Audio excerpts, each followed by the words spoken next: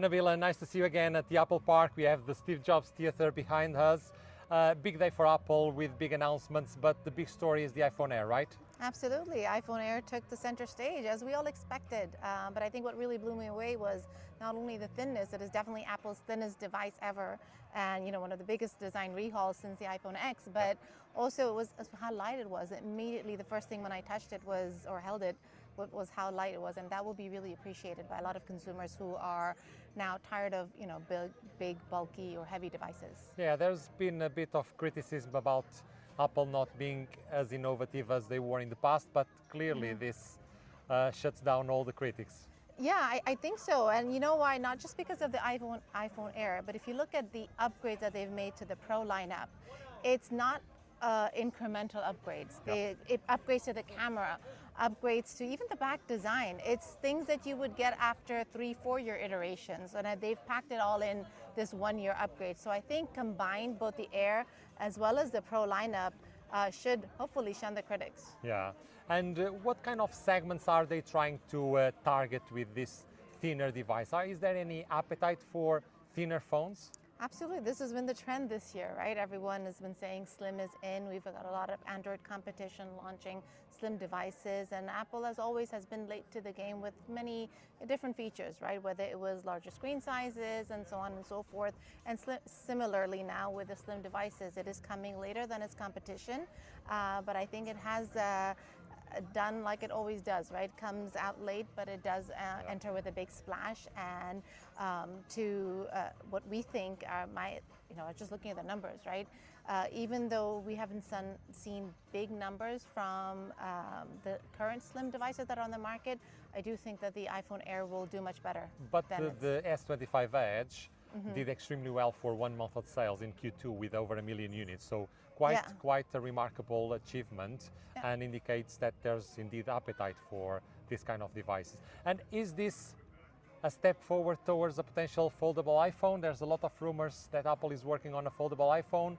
Does this tell anything about this story? Yeah, I think of it as it's a 3-step to Apple's big 20th anniversary, whatever they plan to unveil, right? But also part of big design rehaul or that Apple is planning, right? We don't have vision into their strategic planning, but I say like step 1 is go slim, step 2 go fold, and step 3, who knows? Few times or nearly no examples Hardly. of AI. So why do you think that happened? They purposely and very intentionally steered clear of mentioning AI or Apple Intelligence. They had made the mistake, I think, of over-promising users last year, right? And they paid a heavy price for it. I think they're going to wait now until they're ready. They've also already announced the delays, right, with Siri. So I think this time it was all about the hardware, and I think we should appreciate because these are some big improvements. So indeed, and even when we look into the AI features that the iPhone already offers, they are not that much different from what we can find on Android. Of course, there are differences when it comes to Google Gemini and some of the features, but when it comes to the camera, to translation, to summaries, all that stuff is already available on the iPhone. And what they announced this year at WWDC, those are very solid announcements that users will be able to use on the new iPhones. But I agree, they took a conservative approach, and I think that's the right one until they are ready to offer the premium experience they are very well known for. One thing that I do want to point out, that is, while they have taken a huge a lot of criticism about being lagging behind on AI, and to some degree that might be true, it hasn't really hurt them. It hasn't hurt them for the majority of global markets. We are still expecting a 4% growth for Apple this year. Again, that's despite the global economy being on the brink of a recession, right? And the tariffs and all the challenges. And so much. And again, speaking of tariffs, Apple, let's also give applause where it's due, has very tremendously and more rapidly than anyone anticipated navigated the supply chain shift to ramp up production in India and overcome that challenge. So we think overcoming all of those hurdles does deserve credit.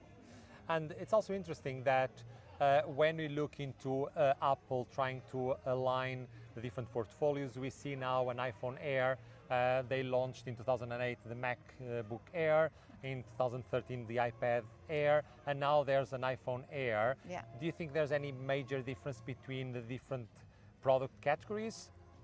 A lot of parallels are being made, right, with the MacBook Air or the iPad Air, etc. And now we have the iPhone Air. But I think it's a different strategy that they're using with the iPhone. Even you can see it in the pricing. They're not positioning. They're positioning it very mid-tier rather than at a high-end luxury product. Also different a little bit than what Samsung did with the Edge device, right? So that's what I think differentiates it. It's not going to be a more power device, but it's really going to replace the Plus, and which is why I think it's going to do probably more volumes than what initially the Air devices did for the other product lines. The other interesting thing is about the C1 chipset. So they announced the C1. So is there any major advantage for end users? How do you see this development going forward, as they still not bringing that chip to the top of the range? Any comments on that?